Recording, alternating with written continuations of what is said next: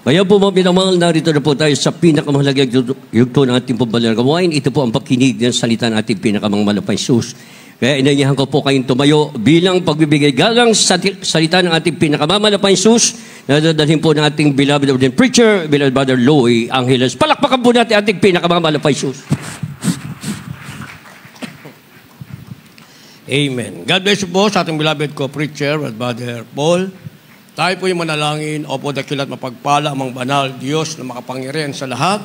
Aming pinakamamahal na Panginoong Jesus, Diyos na balay sa pagkagalit, sa gano'n sa kahabagan, sa pangunang panalangin po na aming ginagalma Pastor and Time Prophet, beloved Evangelist Will de Almeida.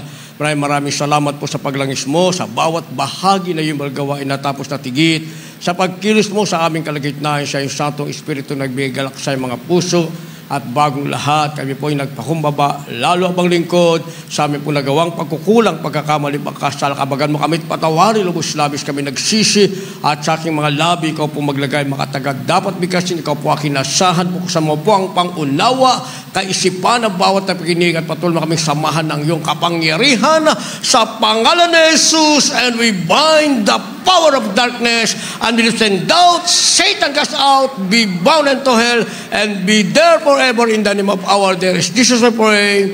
Amen and amen. Everybody say, praise the Lord.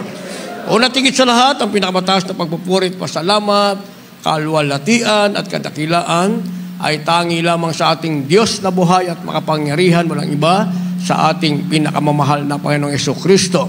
Ako po'y nagpaabot ng dobling paggalang sa ating pong beloved Evangelist Will de Almeida, the time prophet of our loving God. At hindi po natin malilimutan, palagi nating aalalahanin ang mga turo at aral na iniwan ng ating beloved Understand Pastor, our beloved Mama Dear. Ako po'y nagpapaabot din ng pagbati at paggalang sa mga beloved children, ang ating beloved parents in the Lord, maging ang mga nasa ibang bansa. At magandang hapon po sa inyo lahat, sa ating mga pinagpalang bisita at mga baguhan, at sa lahat po ng ating mga viewers sa ating live webcast. Ang ating tatalakayin, pamagatan nating Our Deepest Needs. Our deepest needs. Sa Tagalog niyan, ang ating pinakamalalim na pangangailangan. Ating pinakamalalim na pangailangan, our deepest needs. Basahin po natin ating teksto. Kindly po sa ating mga beloved Bible readers. The book of Philippians chapter 4, verse 19. But my God shall supply all your need according to his riches in glory by Christ Jesus. The first book of the Kings, chapter 17, from verse 12 up to 16. And she said, As the Lord thy God liveth, I have not a cake, but an handful of meal in a barrel, and a little oil in a cruse. And behold, I am gathering 2 sticks, that I may go in and rest it for me and my son, that we may eat it and die. And Elijah said unto her, Fear not, go and do as thou hast said, but make me thereof a little cake first, and bring it unto me. And after make for thee and for thy son. For thus saith the Lord God of Israel, the barrel of meal shall not waste, neither shall the cruse of oil fail, until the day that the Lord sendeth rain upon the earth. And she went and did according to the saying of Elijah, and she and he and her house did eat many days, and the barrel of meal wasted not, neither did the cruse of oil fail, according to the word of the Lord, which spake by Elijah. God bless you po. Kindly sa Tagalog. Dito po sa aklat ng Pilipos, Kapitulo 4, versikulo 19. Hallelujah. At pupunan ng aking Diyos ang bawat kailangan ninyo ayon sa kanyang mga kayamanan sa kaluwalhatian kay Kristo Jesus. Dito po sa unang mga hari, Kapitulo 17, versikulo 12 hanggang 16. At kanyang sinabi, ang Panginoon mong Diyos ay buhay, ako'y wala kahit munting tinapay, kundi isang dakot na harina sa gusi at kaunting langis sa banga, at narito ako'y namumulot ng 2 patpat upang ako'y pumasok at ihanda sa akin at sa aking anak upang aming makain bago kami mamatay. At sinabi ni Elias sa kanya, huwag kang matakot, yumaon ka at gawin mo ang iyong sinabi, ngunit igawa mo muna ako ng munting tinapay at ilabas mo sa akin, at pagkatapos ay gumawa ka para sa iyo at para sa iyong anak. Sapagkat ganito ang sabi ng Panginoon ng Diyos ng Israel, ang gusi ng harina ay hindi makukulangan, o ang banga ng langis man ay mababawasan hanggang sa araw na magpaulan ang Panginoon sa ibabaw ng lupa. 15, at siya yumaon at ginawa ang ayon sa sinabi ni Elias, at kumain ang babae at siya at ang kanyang sambayan na maraming araw. 16, ang gusi ng harina ay hindi nakulangan, o ang banga ng langis man ay nabawasan ayon sa salita ng Panginoon na kanyang sinalita sa pamamagitan ni Elias. Amen. Palakpakan po muna natin ng isang malakas na palakpak ang ating pinakamamahal na Panginoon. Lahat magsabi ng praise the Lord.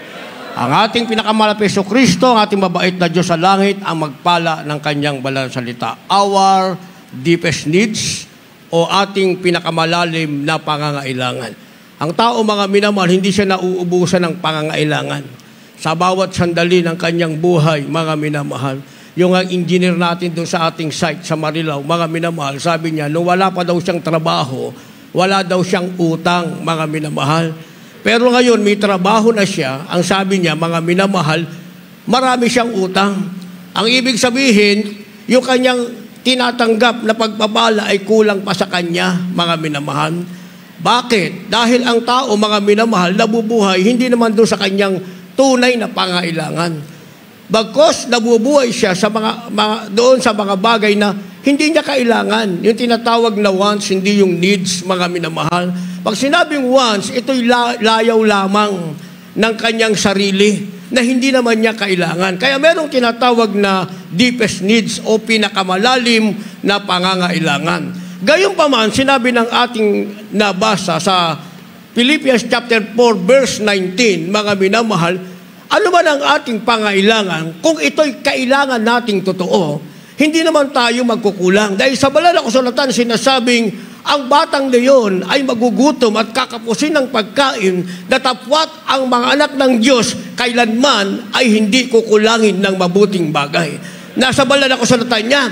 Ngayon, ano ang katotohanan? Kinote natin ang bersikulong ito. Sinasabing, pupunaan ng aking Diyos ang bawat kailangan ninyo. Kaya palang punuan ng Diyos. Hindi yung konting pangailangan ang sabi, ang bawat pangailangan ninyo. So yung bawat pangailangan lang, yung importanteng kailangan lamang, mga minamahal, kayang punuan ng ating Diyos. Ang sabi, ayon sa kayamanan ng kanyang biyaya. So ipupuno sa ating pangailangan ay kayamanan ng biyaya ng Diyos. Na ang ibig sabihin, kapag ito ibinigay ng Diyos sa iyo, hindi ka magkukulang, mga minamahal. Ang tanong, hindi na ba natin mararanasan yung kakulangan? Mararanasan natin yung kakulangan. Pero hindi tayo magkukulang, mga minamahal. Kasi expectation ng iba, kapag naglingkod ka na sa Diyos, hindi ka na magkukulang. Pag hindi ka nagkulang, mga minamahal, yung Diyos na nagpala sa iyo, makakalimutan mo. Kaya sa banal na kasulatan, mababasa natin, kapag ang kayamanan ay lumago, huwag mo siyang pag-ukulan ng iyong pag-iisip, baka makalimutan mo ang Diyos na nag-alis sa iyo sa Ehipto. Yun na nakalagay sa banal na kasulatan, mga minamahal. Kaya kahit sinabi ng banal na kasulatan na kayang punuan ng Diyos ang ating pangailangan ayon sa kayamanan ng kanyang biyaya, mararanasan pa rin natin ang kakulangan para lalo nating madama, mga minamahal, yung sinasabing sa kakulangan mo, hindi ikaw ang magpupuno niyan. Hindi ang katabi mo nahihiraman mo. Hindi ang kaibigan mo nahihiraman mo. Hindi ang mayaman na aabangan mo, kundi Diyos mismo na tumawag sa iyo ang magpupuno ng pagkukulang mo. Kaya kinote natin, mga minamahal, ang illustration ito. Sa panahon ni Elijah, pag binasa natin ang kabuuan, ay nagkaroon ng tinatawag na kagutuman, mga minamahal. Pag binasa natin ang kabuuan nito, mga minamahal, sino ang ginamit ng Diyos para makakain? Si Elijah. Sabi ng banal na kasulatan, ang uwak ay inutusan ng Diyos para si Elijah ay pakainin. Sino ang inutusan? Uwak, mga minamahal. Ang ibig sabihin, mali palang ginagawa ng tao. Umaasa sa kapwa niya tao. Pag umasa ka sa Diyos, kahit hayop, mga minamahal, kayang utusan ng Diyos para pakainin ka. Naalala niyo, patotoo natin, beloved Double Evangelist Mel de Almeida, the end time prophet of our loving God. Nagpasting sila ng mga pastor na kilala niya. Sabi nung kaniyang mga pastor, mag-break na tayo. Sabi ng ating ginagalang mga pastor, kapag ang Diyos nagpadala ng pagkain, doon tayo magbe-break. Bigla pagkatapos magsalita ng ating ginagalang mga pastor, may dumaan na pusa, mga minamahal, may dalang plastic. Ano ang laman, mga minamahal? Tusino. Ang ibig sabihin, panahon na para sila ay mag-break at kumain, mga minamahal. So, babalikan natin si Elijah, mga minamahal. Ang unang ginamit ng Diyos ay hindi yung mayamang hari, hindi yung mayamang tao sa panahon ng kagutuman, kundi yung uwak ang inutusan upang siya'y pakainin. At yung mayaw ng panahon, lalong nagkaroon ng tinatawag na kahirapan, wala nang makuha pang pagkain ng uwak upang ipakain kay Elijah. Sabi ng ating nabasa, mga minamahal, sabi ng mahal pa kay Elijah, pumunta ka sa babaeng bao. Sabihin mo sa kanya, pinapunta kita at pakainin ka. Sumunod si Elijah, mga minamahal. Hindi sinabi ni Elijah, Panginoon, sinong babaeng bao ang pupuntahan ko? Gayong ako nga na propeta mo ay wala nang makain, uutusan mo pa ako pumunta sa isang babaeng bao. Pero dahil si Elijah ay propeta na masunurin sa tinig ng ating mahal na Panginoon, pumunta siya sa sinasabing babaeng bao. Pagdating sa babaeng bao, ang sabi ng babaeng bao, Panginoon, buhay ang Panginoon. Ang ibig sabihin, sinasabi niya kay Elijah, buhay ang Panginoon. Ang sabi, wala kami, kundi kaunting harina at kaunting langis na aking lulutuin, kakainin namin ng aking anak. Pagkatapos ito, maghihintay kami ng kamatayan. Anong sagot ni Elijah, mga minamahal? Sabi ni Elijah, gawin mo, gusto mong gawin, babae. Pero bago mo gawin yan, gawin mo muna ang pinagagawa ko sa iyo, sapagkat yan ang inutos ng Panginoon. Hindi nakipagtalo ang babae, mga minamahal. Alam niya, mga minamahal, na kapag niluto niya ang konting harina at konting langis na ginamit niya para maluto ang tinapay, alam niyang sa muling dukot, mga minamahal, o pagkuha ng harina at langis, wala na siyang makukuha. Pero ang nagsasabi, propeta, gawin mo ang gusto mong gawin, pero bago yan, gawin mo muna ang pinagagawa ng Panginoon, pakainin mo muna ako. Sumunod ang babaeng walang pag-aalinlangan, mga minamahal. Ibinigay niya ang kapirasong tinapay kay Elijah. Pagkain ni Elijah, mga minamahal, ginawa ng babae ang gusto niyang gawin. Anong ginawa niya? Pinakain niya ang propeta, gumawa siya ng tinapay para sa kanyang anak. Pero lumipas ang mahabang panahon, natapos na ang tagutom, mga minamahal. Sabi ng ating nabasa, hindi man lamang nabawasan ang harina sa gusi, ni ang langis sa kanyang lalagyan ay hindi man lamang nabawasan. Sa makatuwid, mga minamahal, anong aral nakuha natin dito? Hindi pala deepest need, mga minamahal, hindi deepest needs ang sinasabing kailangan mo ang pagkain. Dahil kung pagkain lang ang kailangan mo, mga minamahal, hindi yan ang iyong pinakamalalim na pangangailangan. Dahil ang pagkain, kahit sino, kayang utusan ng Diyos para ibigay sa iyo. At ang utusan ng Diyos na magbibigay sa iyo, kahit wala na siya, pag sumunod siya, kayang paramihin ang mahal na Panginoon kung ano man ang kaunting meron siya. So ang sinasabing deepest need, pinakamalalim na kailangan, ay makilala mo ang Diyos na paglilingkuran mo. Yung Diyos na nagsasabing kaya niyang punuan ang iyong pangailangan na pag dumating ka sa pangailangan mo at tatawag ka sa Panginoon na hindi ka mag-aalinlangan na pag ang Diyos ay nagsalita, ibibigay niya ang pangailangan mo higit pa sa iyong inaasahan, yung pangailangan mo. Kaya si Elijah bilang propeta, mga minamahal, hindi niya sinisi ang Diyos, Panginoon, ako'y propeta mo, bakit ako nasa kahirapan? Pinadama sa kanya ng mahal na Panginoon na kayang punuan ng Diyos ang kanyang pangailangan.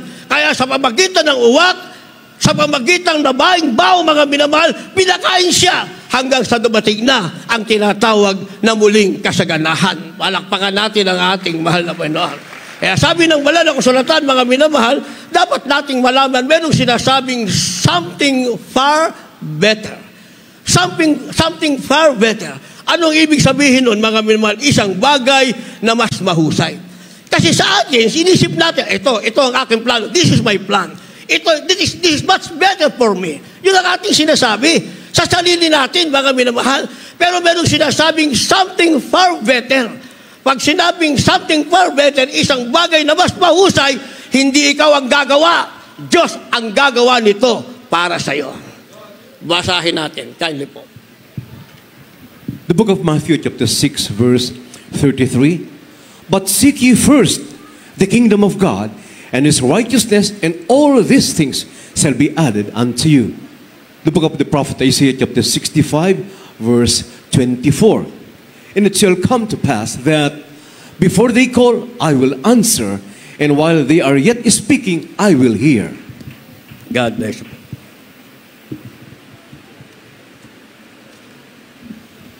Mateo Kapitulo 6, versikulo 33. Datapat hanapin muna ninyo ang kanyang kaharian at ang kanyang katuwiran, at ang lahat ng mga bagay na ito ay parang idaragdag sa inyo. Isaiah 65:24.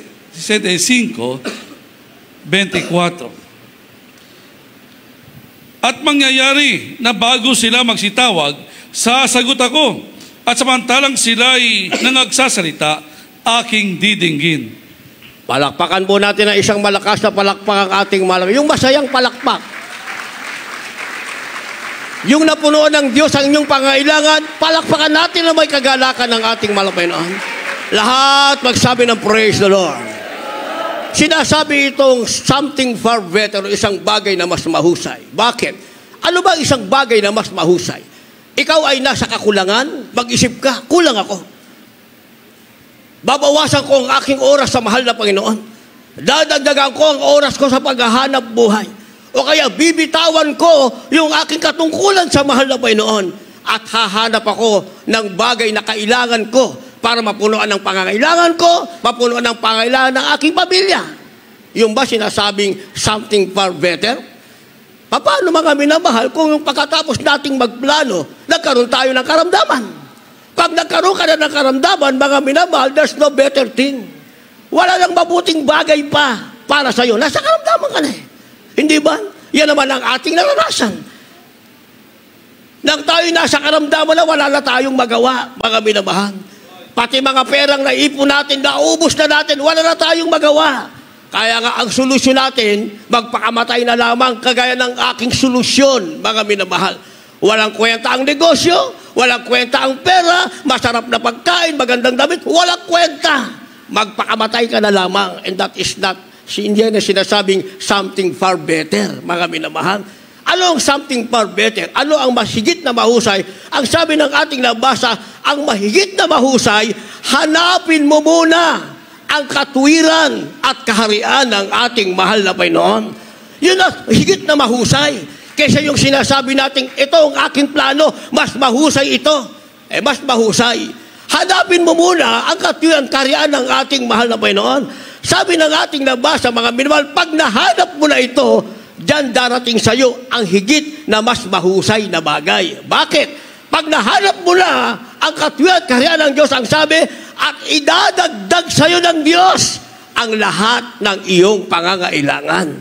Ano idadagdag sa iyo? Lahat ng iyong pangangailangan. Pag sinabing idadagdag sa iyo ang lahat ng pangailangan, wala ka ng kakulangan.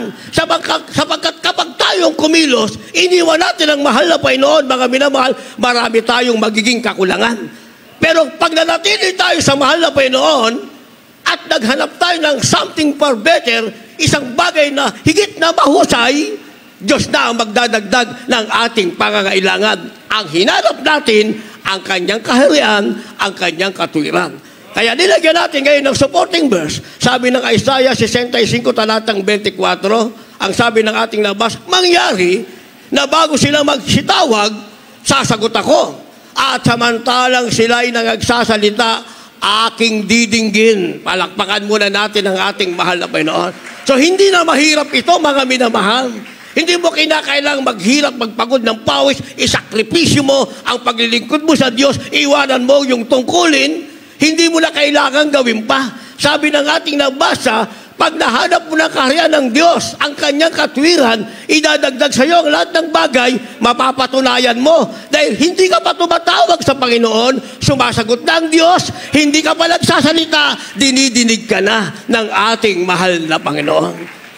Kabaliktaran yan kapag iniwan natin ang mahal na Panginoon. Kabaliktaran yan. Sabi mo, mahal na Panginoon, magbibigay ko siya ng 4 na oras. Ang 4 na oras, itutulog ko yan. That is the time for me to rest. And the left 8 hours, gagamitin ko para ako ay maghanap buhay. Sa tingin mo kaya, yung natitirang 8 hours, kaya mong kumita ng pangailangan mo? Hindi mo magagawa, mga minamahal. Ako may experience ako, kaya kong sabihin. Kami ng nanay ko, nagsimula kami sa bangketa. Kailan ako nagsimula magnegosyo, natutong magnegosyo, grade 2. Sabi ng nanay ko, alam niyo yung makapuno, isang balot? O, dalhin mo sa eskwelahan mo to, ibenta mo. Di ba nung elementary tayo, meron tayong tray, merong kantin? Dapat nung kabibili. Sabi ko na, hindi pwede yan. Magagalit yung teacher ko. Dalhin mo yan, ibenta mo yan. Siyempre, sinusunod ko yung nanay ko. Dinala ko yung isang balot na makapuno. Pero, inisahan ko yung nanay ko. Hindi ako nagbenta. Sabi ko sa kaklase ko, ibenta mo yan. Pag nabenta mo yan, bibigyan kita ng 1 piraso. Di tuwan-tuwa naman yung kaklase ko. Naibenta niya lahat, mga minamahal. O, yung kinain niya, yung baon ko, 10 ang baon ko, no grade 2 ako, 10 centavos. Nilagay ko ron para pag nag-intriga ako sa nanay ko, kumpleto. O nay, kumpleto yan ha. Naibenta lahat. Okay. Akala ko naman tapos na. Nung pala yun ang simulain ng lahat, mga minamahal. Sa susunod na araw, yung nanay ko, bumili na ng 10 balot. Meron ng pastillas, meron ng bukayo. Ibenta mo lahat yan. Wala akong nagawa. Doon ako nagsimulang magnegosyo. Una, isa lang yung agent ko. Yung sales representative ko, isa lang. Ginawa ko silang 5 kasi para yung bag ko, puno ng candy yun para ibenta. Hanggang grade 6, mga minamahal, sa madalit salita, wala nang benta yung kantin namin. Kaya pinatawag na ako ng counselor, pinagalitan ako. Alam mo ba kung saan ginagamit ang pagbentahan yan? Sa pangailangan ng ating eskwelahan, pambili ng pintura, lahat-lahat, etc., etc. Ikaw lang palang nagbebenta dito at kumikita, pinagalitan ako. Sabi ko sa nanay ko na, hindi na, pinagalitan na talaga ako. O di doon tayo sa palengke kami napunta. Hanggang nagkaroon kami ng pwesto sa palengke, hanggang sa tinawag na ako ng ating mahal na Panginoon. Sometimes, 2003, kung di ako nagkamali, yung nanay ko ay natalisod. Ibig sabihin, 3 buwan siyang hindi makalakad, mga minamahal. Kaya ngayon, wala naman pwedeng magpatakbo ng aming negosyo, kundi balikan ko. Nakasign ako sa isang probinsya. Habang ako'y nagpipresyo na naaalala ko, mahal na Panginoon, iiwanan ko ba ang mga tupang ito na pinalagaan mo sa akin sa panguna ng aming inagalang mahal na magulang sa Panginoon? O babalikan ko yung aming negosyo? Kung meron akong skill na palaguin ng negosyo, kagaya ng dati mga minamahal, baka ngayon hindi ko na magawa. Pagbalik ng aking ketong, wala na akong magagawa. Nagpasya ako mga minamahal. Sabi ko sa nanay ko, ibenta yung pwesto. Ibinenta namin yung 2 pwesto. Nang murang-mura, 150,000 isa nung panahon na, binenta namin. Pero aabot ng 300 pa yon, 2 pwesto, mga minamahal. Sa madalit salita, wala na silang source of income. Isipin niyo mga minamahal, hanggang ngayon, nabuhay naman yung aking tatay. 3 years ago, kinuha na ng mahal na Panginoon. Ang nanay ko ngayon, 85 na sa next year, February, 85 na siya. Nabuhay naman siya. Hindi naman siya nagkulang. Sa madalit salita, naging tama ang aking pagpili. Bagamat kami magkalayo, mga minamahal, yung sinasabing kaya kang buhay ng Diyos. O, sino bumubuhay sa nanay ko? Ang mahal na Panginoon. Ang tanong niyo sa akin, paano siya nabuhay? Naghanap buhay pa ba siya? Yung bahay kasi namin, malapit sa Talipapa. Talipapa, ibig sabihin, small market, mga minamahal. Dahil kilala yung nanay ko ron, doon naman kami lumaki. Pagdating ng hapon, lumabas siya, naglakad-lakad siya. Ang tawag ng mga tao, nanay, hindi nabenta yung aking paninda. Kagaya ng mga nagbebenta ng kakanin, na galing pa sa Batangas, mga minamahal, 10 bilang, hindi nabenta. kahit balik puhunan lang para bukas meron akong puhunan. O gagawin ng nanay ko, kukunin lahat yun. Doon siya luluhod, ipapanalangin niya. Nagtataka sila, pag naipanalangin na, yung maghapong ibinenta, alas 5 na ng hapon to na hindi nabenta, matapos manalangin, lalapit yung mga tao, wala pang kalahating oras, ubos na yung kanilang paninda. Kaya sabi nila, bakit na kami maghapon na nagtinda, hindi nabenta? Bakit ikaw, ngayon mo lang hinawakan yung tinda namin, nabenta na. Ano malay ko sa inyo? Basta ako nalalangin sa malamang nabenta, nabebenta ko naman. Any items, gano'n na nangyari. O sino nag-provide? Wala akong kakayanan ng bigyan siya. Pero ang Diyos may kakayanan na i-provide ng mahal na Panginoon ang pangailangan ng aking nanay. Kaya dapat, matandaan na yung nanay ko, dapat siya ang susuportahan ng kanyang mga apong nakatira doon sa amin. Pero ang nangyari, siya yung sumusuporta sa kanyang mga apo. Bakit? Pinatunayan lang ng mahal na Panginoon, ano ba ang kalagayan mo, pag hinarap mo ang kanyang kaharian, ang kanyang katwiran, kayang idagdag ng Diyos ang lahat ng iyong pangailangan. Tumatawag ka pa lang, nagsisimula ka pa lang, ibukang yung mga labi, ang ating Diyos sa langit ay dumidinig na, tumutugon na sa iyong kahilingan.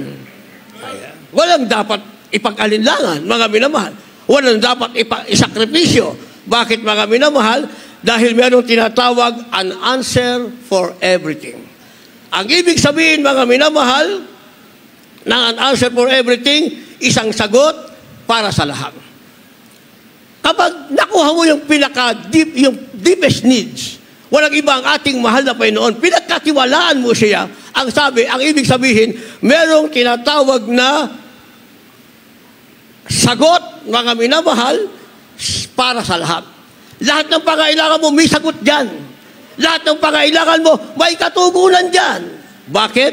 Dahil Diyos ang kasama mo na magpo-provide ng iyong pangailangan. Kindly po. The book of St. John chapter 6, verse 35. And Jesus said unto them, I am the bread of life. He that cometh to me shall never hunger, and he that believeth on me shall never thirst. Verse 37, all that the Father giveth me shall come to me, and him that cometh to me I will in no wise cast out. The book of John chapter 8, verse 12. Then spake Jesus again unto them, saying, I am the light of the world. He that followeth me shall not walk in darkness, but shall have the light of life. God bless you po. Ang Ebanghelyo ayon kay San Juan, Kapitulo 6, versikulo 35 at 37. At sa kanila'y sinabi ni Jesus, Ako ang tinapay ng kabuhayan. Ang lumalapit sa akin ay hindi magugutom, at ang sumasampalataya sa akin kailanmay hindi mauuhaw. Dito sa 37, at ang lahat ng ibinibigay sa akin ng Ama ay magsisilapit sa akin, at ang lumalapit sa akin sa anumang paraan ay hindi ko itataboy. Ang Ebanghelyo ayon kay Juan, Kapitulo 8, versikulo 12. Muli nga nagsalita sa kanila si Jesus na sinasabi, Ako ang ilaw ng sanlibutan. Ang sumusunod sa akin ay hindi lalakad sa kadiliman, kundi magkakaroon ng ilaw ng kabuhayan. Amen. Palakpakan po natin ang ating mahal na Panginoon at lahat magsabi ng praise the Lord. Pag nakita natin yung tinatawag na pinakamalalim na pangailangan, yung deepest needs, walang ibang ating mahal na Panginoon, meron tayong tinatawag na sagot para sa lahat. Sabi ng ating nabasa, ang sagot para sa lahat, an answer for everything, walang ibang ating pinakamamahal na Panginoon. Babalik at babalik tayo sa ating mahal na Panginoon. Dahil ang sagot sa lahat ng pangailangan mo, hindi mo makukuha sa sanlibutan yan. Ikaw ang kukunin ng sanlibutan para alisin ka sa ating mahal na Panginoon. Dahil bago pa sa ating pangailangan, alam na ng mahal na Panginoon ang ating pangailangan. Pero ang ginawa ng mahal na Panginoon, inilagay muna tayo dito sa ating katayuan. At ang ating katayuan, itong bas natin sa isang nagtatanim, mga minamahal. Walang nagtatanim na pag nagtanim siya ngayon siya aani. Lahat magsabi ng praise the Lord. ang lahat na nagtatanim, mga minamahal, naghihintay siya ng tamang panahon para siya umani. At habang siya'y naghihintay, mga minamahal, hindi naman pwedeng sitting pretty lang siya sa bahay niya. Araw-araw niyang pupuntahan yung kanyang itinanim. Kung saan siya lupa nagtanim, aalagaan niya yan. Hanggang sa magkaroon na, mga minamahal, ng dahon, lumaki, hanggang sa mamulaklak, may bunga na, aalagaan pa rin niya ang kagalakan niya kapag siya ay umani na. Palakpakan muna natin ang mahal na Panginoon. Ganon din ang paglilingkod sa mahal na Panginoon. Hindi pa katapos nating nabautismuhan, tapos na ang lahat. Ginamit tayo ng mahal na Panginoon, tapos na ang lahat. Sasaluhin na natin ang pagpapala. Hindi. Kaya nga may magandang halimbawa ang ating beloved honorable parents in the Lord. Hindi pagtawag sa ating mahal na magulang sa Panginoon, mga minamahal, sa kasaganahan na. Maraming pastor, pag tinawag, ito ang membro, ito ang sweldo mo, ito ang sa pamilya mo, maraming ganon. Pero hindi nila naranasan yung ating nararanasan, mga minamahal. Hanggang salita lang sila ng Diyos na walang kapangyarihan. Pero sa atin, mga minamahal, salita ng Diyos na may kapangyarihan dahil tested ang pananampalataya ng ating mahal na magulang sa Panginoon for 15 years na pagsubok, mga minamahal, na overcome ng ating mahal na magulang sa Panginoon at dumating ang pag-ani. Nung anihan na, mga minamahal, tayo ang isa-isang inani dinala sa tunay na gawain ng ating mahal na Panginoon. Kaya sabi ng ating nabasa sa 35, ako ang tinapay ng kabuhayan, sabi ng mahal na Panginoon. Ang lumapit sa akin, hindi magugutom. Ang sumampalataya sa akin kailanmay, hindi mauuhaw. Sino ang ating nalapitan? Bread of life. Walang ibang ating mahal na Panginoon. Hindi ka mauuhaw, hindi ka magugutom. Naunawaan ba natin yon, mga minamahal? Kasi kung kumain ka ng pagkain, mga minamahal, pagkatapos mong kumain at lumipas ang ilang minuto o oras, magugutom ka uli. Literal at inumin, literal na pagkain at inumin ang tinik mo. Pero kapag mahal na Panginoon, ang nilapitan mo, ang sabi, ang lumapit sa akin, hindi mauuhaw, hindi magugutom because I am the bread of life, sabi ng ating mahal na Panginoon. O di naging tama na yung paglapit. Kaya ang sabi sa 37, ang lahat ng ibinigay sa akin ng Ama ay maglilapit sa akin. Doon palang pinagpala ka na. Kaya ka nakalapit sa mahal na Panginoon, ang Ama sa kanyang sarili, walang iba ang ating mahal na Panginoon mismo ang pumili sa iyo, ang naglapit sa iyo sa ating pinakamamahal na Panginoong Jesucristo. Kaya naparito tayo, mga minamahal, not just a simple member of Jesus Miracle Crusade. Narito tayo, mga minamahal, because we are firmly sinasabing member of Christ. Ibig sabihin, bahagi tayo ni Kristo. Christ is the head and we are the members. Tayong tinatawag na kabuuan ng iglesia na pinagpalang inilapit ng ating mahal na Panginoon sa Kanya. Yung mapalapit ka lang sa tunay na iglesia, nandito ka na. Anong tawag mo dyan? Pinagpala ka na ng ating mahal na Panginoon. Kaya pala sinasabi, mga minamahal, ito ang ating deepest needs. Yung makalapit ka sa mahal na Panginoon. Maraming taong gustong lumapit sa Diyos, hindi nila magawa. Bakit? Hindi sila kasama sa pinili. Meron akong kausap, mga minamahal. Matitindi yung kanyang tanong. Di ba makapangyarihan ng Diyos? Nakaraang linggo lang, ha? Hindi ba makapangyarihan ng Diyos, brother? O tama naman sinasabi mo. Eh kung makapangyarihan ng Diyos, bakit pababayaan pa niya na ang bawat isa ay magkasala? Meron naman siyang pinababayaan na makalapit sa Kanya. Kagaya ng sinasabi mo, pinagaling ka sa ketong. Eh ang dami-daming may ketong na hindi naman gumaling. Simple lang naman nasagot ko eh. Pag binasa mo ang banal na kasulatan, ang gusto ng Diyos ang lahat ng tao ay makaligtas, maligtas at makaalam ng katotohanan. Yun ang nakasulat sa banal na kasulatan. Yun ang gusto ng Diyos sa lahat. Pero hindi naman lahat ay gustong maglingkod sa Diyos. Ang gusto lang nila, pagpalain sila ng mahal na Panginoon. Kaya meron tayong tinatawag na free will, sabi ko sa kanya. What is free will?